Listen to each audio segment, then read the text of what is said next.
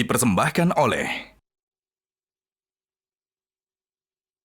Didukung oleh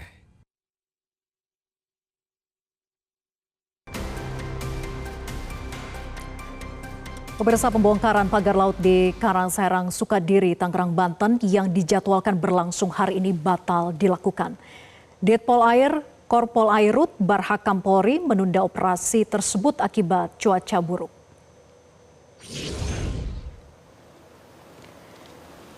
Saat tim liputan Metro TV hendak memantau proses pembongkaran pagar laut menggunakan 2 kapal patroli polisi, namun baru 3 mil perjalanan menuju lokasi. Kapal harus putar balik di Teluk Jakarta. Ketinggian ombak mencapai 1 hingga 2 meter, ditambah kecepatan angin sekitar 21 knot, membuat tim tak memungkinkan untuk melanjutkan perjalanan. Dirpol Air, Korpol Airut, Barhakam Polri, Brigjen Pol Hero Henrianto Bahtiar mengatakan hingga kini sudah 16 km pagar telah dibongkar dengan sisa sekitar 14 km yang masih berdiri. Hero memastikan proses tetap berjalan sesuai dengan instruksi dari Pangkalan Utama TNI Angkatan Laut.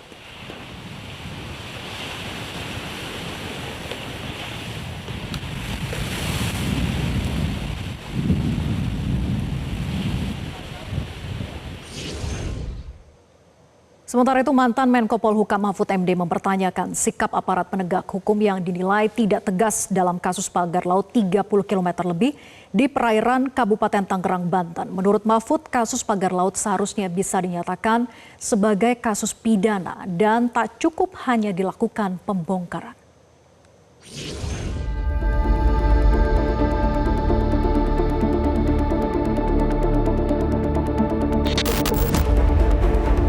hampir sebulan kasus pagar laut misterius yang melintang sepanjang 30 km lebih di perairan Kabupaten Tangerang, Banten jadi perhatian publik. Namun hingga kini aparat penegak hukum masih bergeming dalam mengusut dugaan pelanggaran hukum di balik pemasangan pagar laut. Kementerian Kelautan dan Perikanan pun sudah menyatakan terjadi pelanggaran karena tak memiliki izin dasar kesesuaian kegiatan pemanfaatan ruang laut. Mantan Menko Polhukam Mahfud MD merasa aneh belum ada penyidikan terhadap peristiwa ini. Padahal menurut Mahfud, tindak pidananya jelas merampas ruang publik dengan sertifikat ilegal serta melalui praktek kolusi dan korupsi. Mahfud menilai pemerintah tak cukup menyelesaikan kasus pagar laut hanya dengan membongkar pagar bambu sepanjang 30 km lebih tersebut. Kalau itu penipuan atau penggelapan, itu polisi. Iya kan?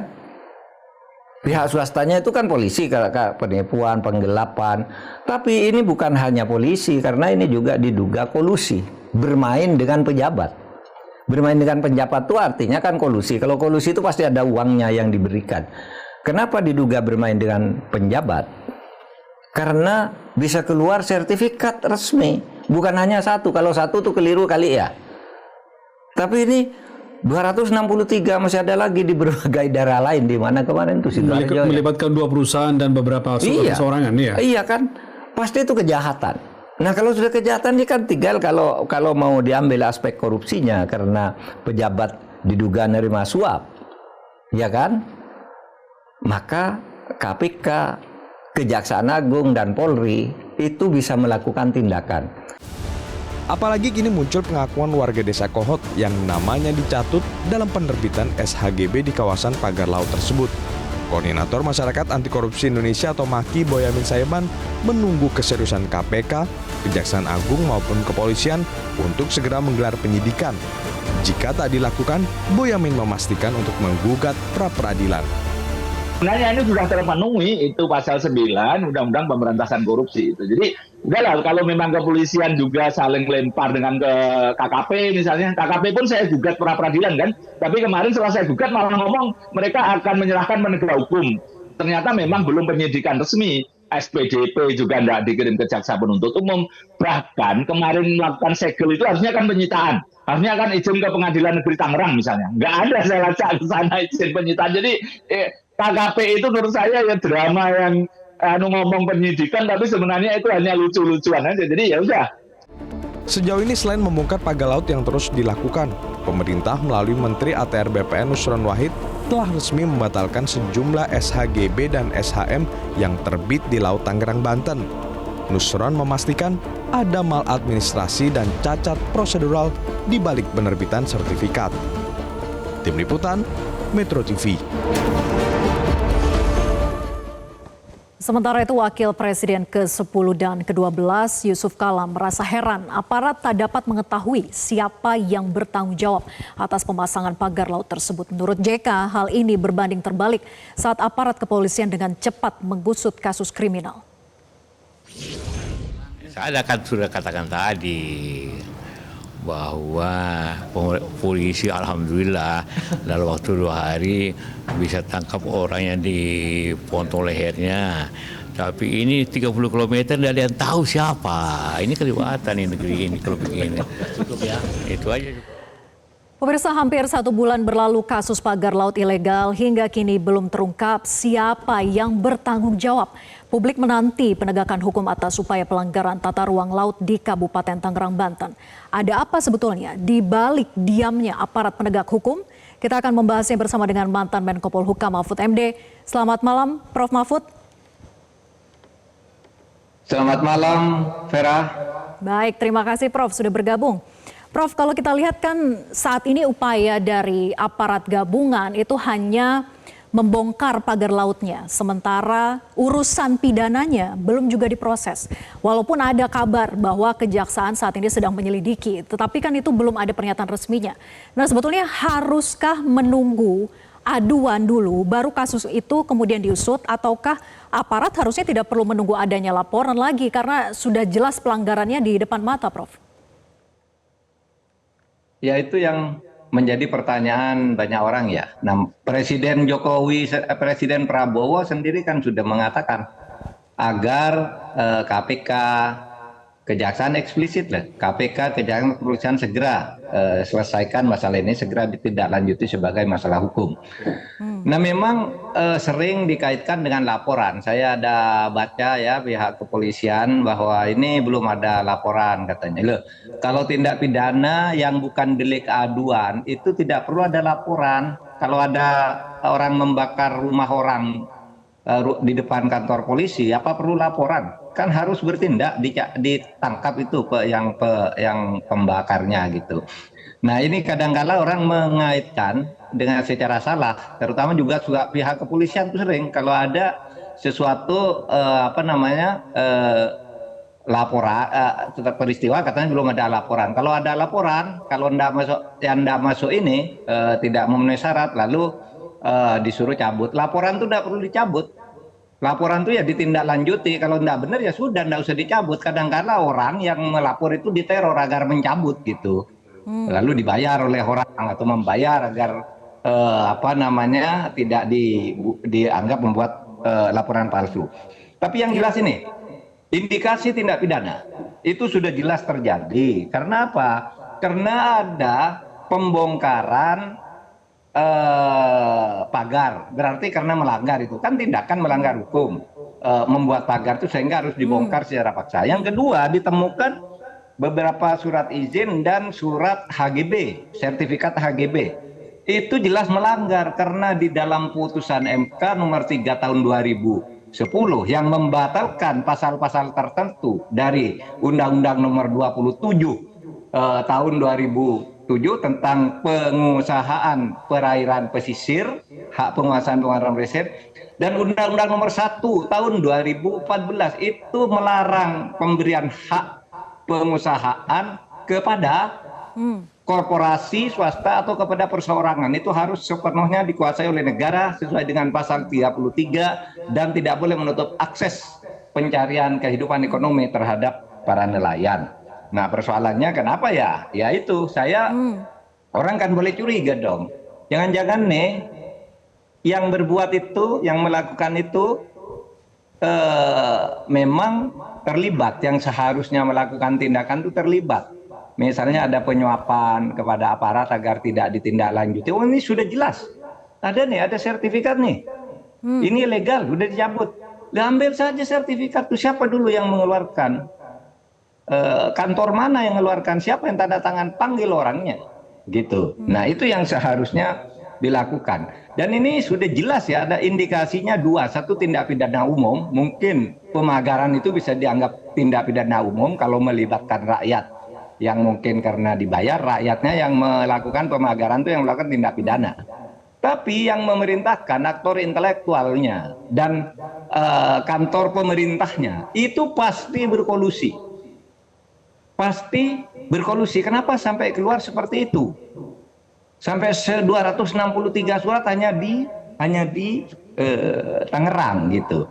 Ya. Nah kan itu harus disidik. Pak Prabowo sudah menyebut loh tiga ini, sudah menyebut tiga institusi penegak hukum bertindak, tapi kok pada diem gitu, ada yang nunggu laporan, ada yang saling lempar dan sebagainya. Ini sebenarnya penanganan tidak benar. Saya malah menjadi curiga ini mungkin satu kaitan panjang dengan peristiwa Pasir, ya kan pernah tuh ada peristiwa Pasir yang disebut ya yang dulu lah, yang itu sampai sekarang kasusnya hilang padahal sudah jelas itu melanggar aturan.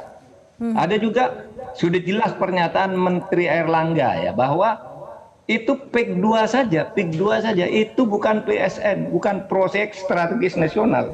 Dia hanya sebagian dari PIK 2 yang masuk dalam proyek strategis nasional khusus bidang ekowisata.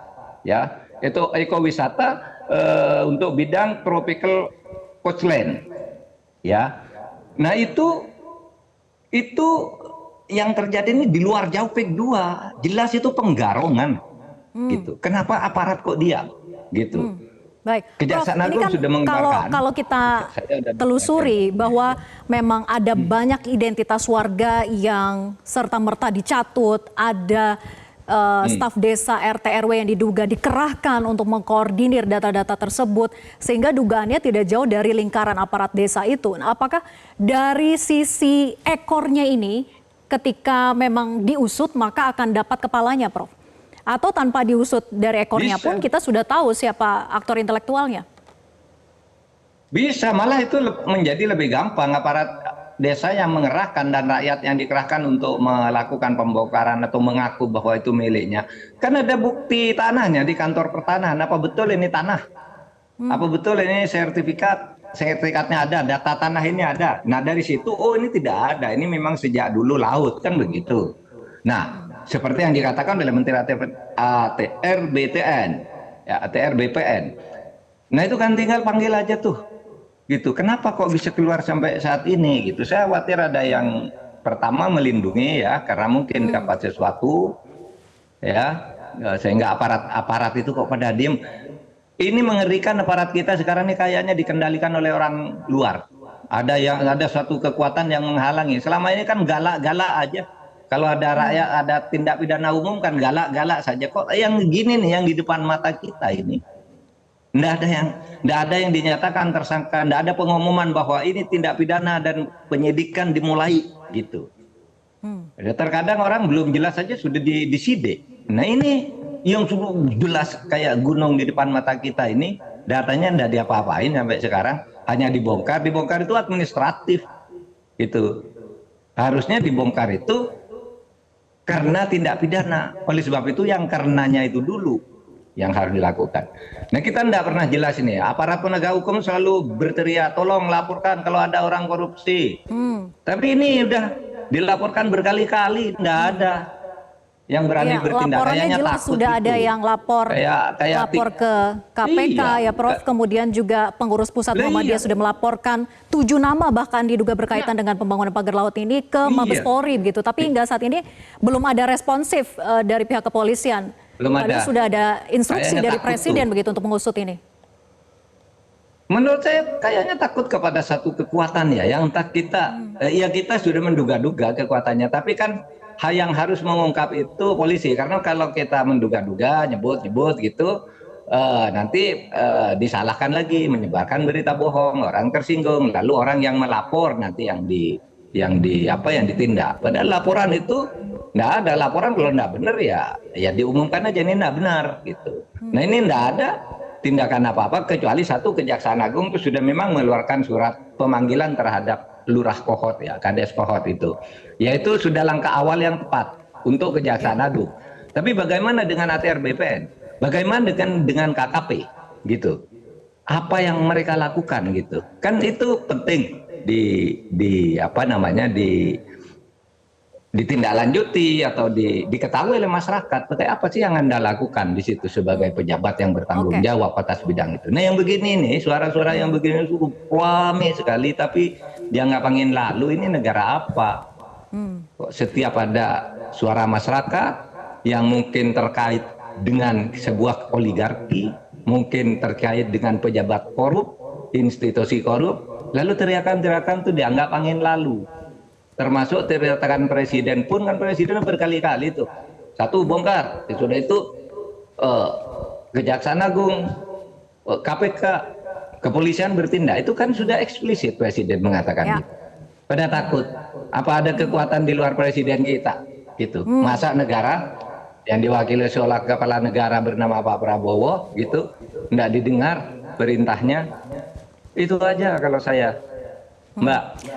Ya, kalau sudah ada instruksi khusus dari Presiden untuk mengusut, tapi belum juga ada responsivitas dari aparat penegak hukum, apakah untuk mempercepat proses hukumnya perlu kemudian dibentuk, Prof, Satgas khusus penyelidikan pagar laut ini? Ya, saya pernah mengusulkan itu.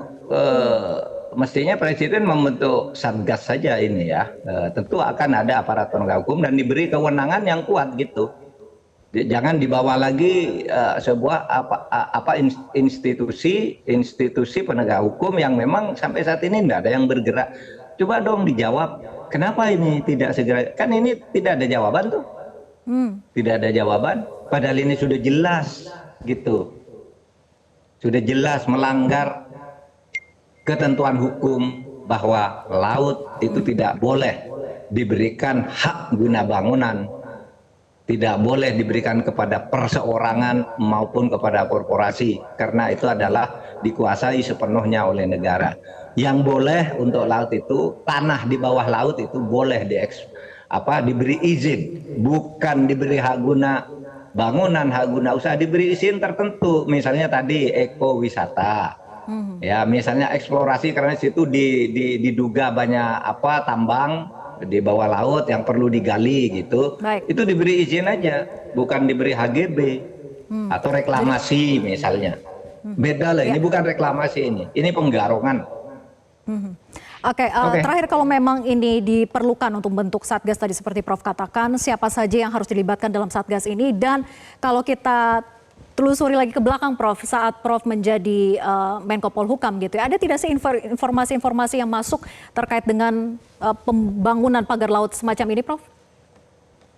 Pembangunan pagar laut waktu saya tidak ada. Tidak ada laporan. Kalau ada laporan tentu kita bertindak. Ini kan mengagetkan begitu aja. Berarti ada kelalaian atau ada upaya yang sangat dilindungi betul, dirahasiakan betul sehingga tidak muncul ke publik dan baru sekarang muncul sesudah terjadi pergantian pemerintahan. Dan kita semua kan kaget kan. Waktu zaman saya dulu ada penjualan pulau-pulau di Maluku Utara ya. Kan memang ada kebijakan pemerintah tentang ekowisata ya, wisata lingkungan. Pulau-pulau itu bisa disewakan lah dalam waktu tertentu. Tapi kemudian itu dijual ke bursa di New York, diumumkan siapa yang beli pulau ini, terletak ini, harganya sekian tuh diumumkan. Lalu kita panggil gubernurnya, bupatinya, panggil pengusahanya yang berkantor perwakilannya di Bali. Kita nyatakan sore itu juga kita cabut semua, cabut selesai. Nah, sekarang kita punya tim yang itu bertugas meneruskan mencari pulau-pulau lain karena pulau kita itu jumlahnya 17.508 pulau. Dan pulau-pulau terluar tuh rawan juga dijual belikan gitu. Kalau kita tidak selidiki dari sekarang, kita bisa tiba-tiba kehilangan nanti dan kita tentu menjadi negara jajahan, menjadi koloni nantinya kalau begitu ya. Baik, Prof, kita nantikan bersama pengusutan tuntas kasus ini. Semoga aparat penegak hukum bisa segera mengambil langkah cepat untuk melakukan proses hukumnya. Kita nantikan bersama. Terima kasih, Prof, sudah bergabung bersama kami. Selamat malam. Jelajahi cara baru mendapatkan informasi. Download Metro TV Extend sekarang.